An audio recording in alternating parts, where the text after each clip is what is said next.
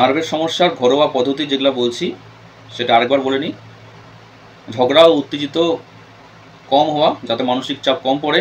Vitamin B12 যুক্ত খাবার খাওয়া, এবং ভিটামিন B12 কোন কোন খাবারে আছে একবার লিখে নেন। মাছে আছে, মাংসে আছে, দুধ জাতীয় খাবারে আছে, মাশরুমে আছে, কলার মধ্যে আছে ও কমলালেবুর মধ্যে আছে।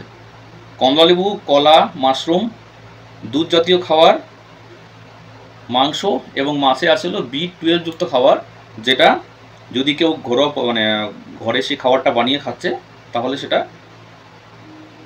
নার্ভের সমস্যা হোক বা স্নায়ু দুর্বল সেটাকে অ্যাক্টিভ করতে সাহায্য করে। এবং খেতে হবে হলো, আচ্ছা লিখে নেন যে এই যে কমলালেবু লিখলেন লাস্ট খাবারটা, এই খাবারগুলি ড্যামেজ নার্ভকে রিজেনারেট করতে সাহায্য করে।